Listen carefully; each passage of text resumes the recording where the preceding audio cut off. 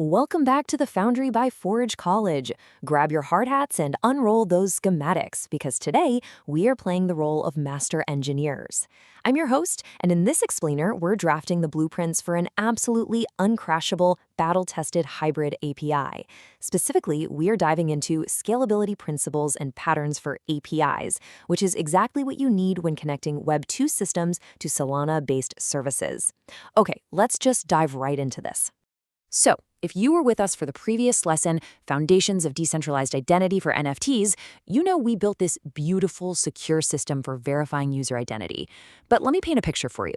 You announce a massive NFT drop. The hype is literally off the charts. The countdown hits 0, and suddenly thousands of authenticated users smash that mint button at the exact same millisecond. If your API isn't engineered for that kind of pressure, well, it's going to melt down faster than a chocolate teapot. We really need to make sure your architecture can handle that heat. Here is our master schematic for today's session. We'll diagnose the API traffic jam, scale out your system, set up rate limiting, talk about bending instead of breaking, stop those failure cascades, and finally, piece it all together into your API blueprint. 6 steps to a perfectly resilient Web2 Solana integration. All right, step 1, the API traffic jam and finding the bottleneck. Because you can't fix a bottleneck if you're staring at the wrong pipe. You've basically got 3 main culprits when it comes to API load. First, client traffic. This is just the raw network requests hitting your edge. Second is CPU work. That's all the heavy mathematical lifting your server does for things like authentication and signature validation. And third, downstream I/O. In a hybrid architecture, this is usually your server just sitting there waiting on Solana RPCs or indexers. The massive takeaway here, each of these requires an entirely different engineering tool to fix.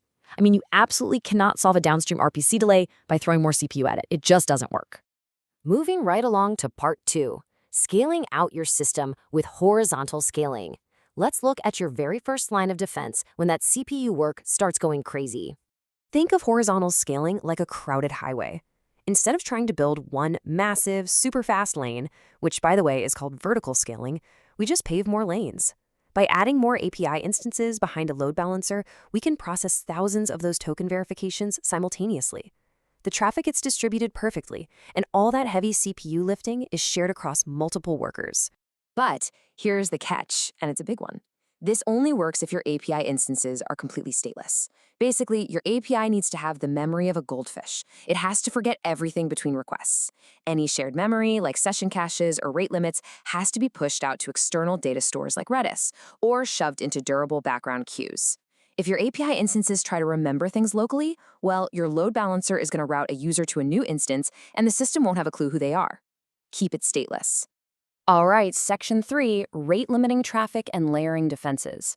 Because sometimes, no matter how many lanes you add to that highway, you just have to act like a bouncer at a club and meter the incoming crowd. And you do this through layered rate limiting.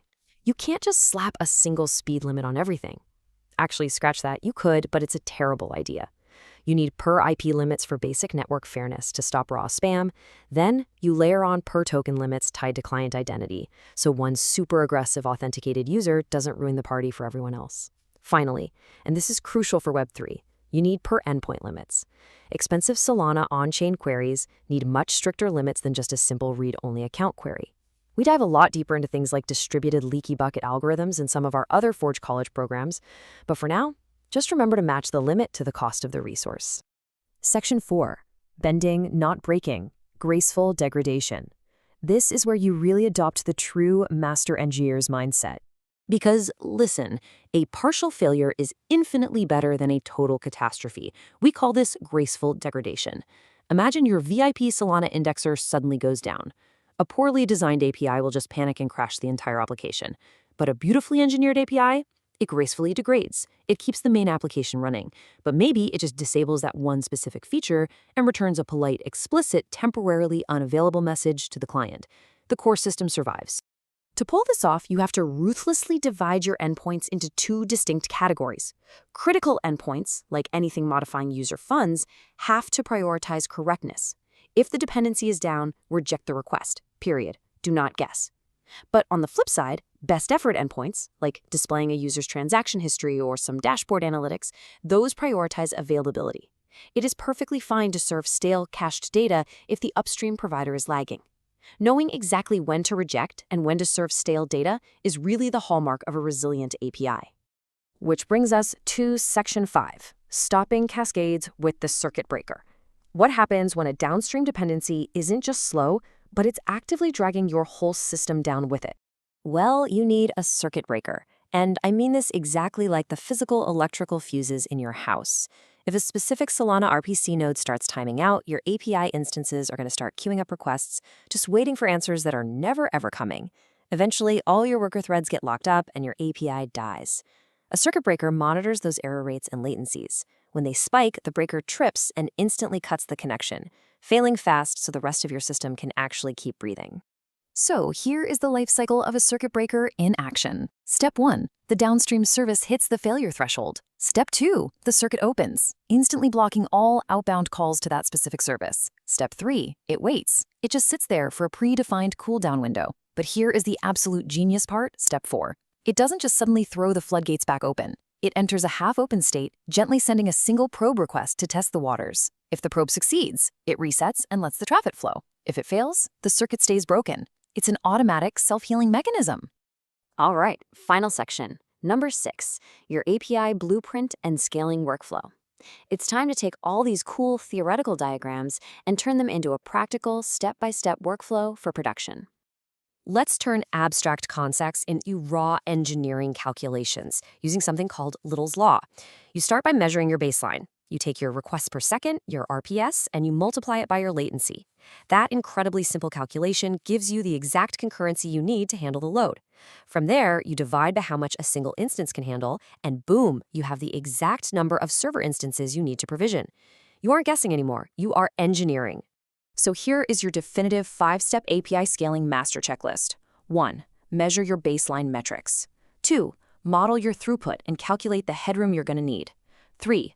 Layer your defenses. Get those distributed rate limits and background queues set up. 4. Define your graceful degradation policies in the configuration table. And 5. Iterate. You test this by literally injecting chaos into your system, simulating RPC faults, and seeing if your circuit breakers actually trip properly. This isn't a one-and-done checklist, folks. It is a continuous cycle of improvement. Now, I really want to pause on this quote because it perfectly summarizes the ultimate trade-off in scalable architecture. Higher availability sometimes requires relaxing strict correctness guarantees. Brilliant engineering isn't about building some magical, perfect system that never fails. It's about making incredibly smart, deliberate compromises. It's knowing exactly when it's okay to serve a cached balance and exactly when you need to lock the whole system down to protect user assets. So I leave you with this question.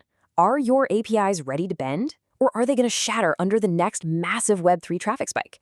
It's time to look at your architecture and start applying these principles right away. Thank you so much for joining me in this Blueprint session today, brought to you by Forge College. I highly encourage you to head over to forge.college to master more Web3 engineering topics and see how all these amazing patterns apply directly in code. Until next time, keep building, keep testing, and keep your systems resilient.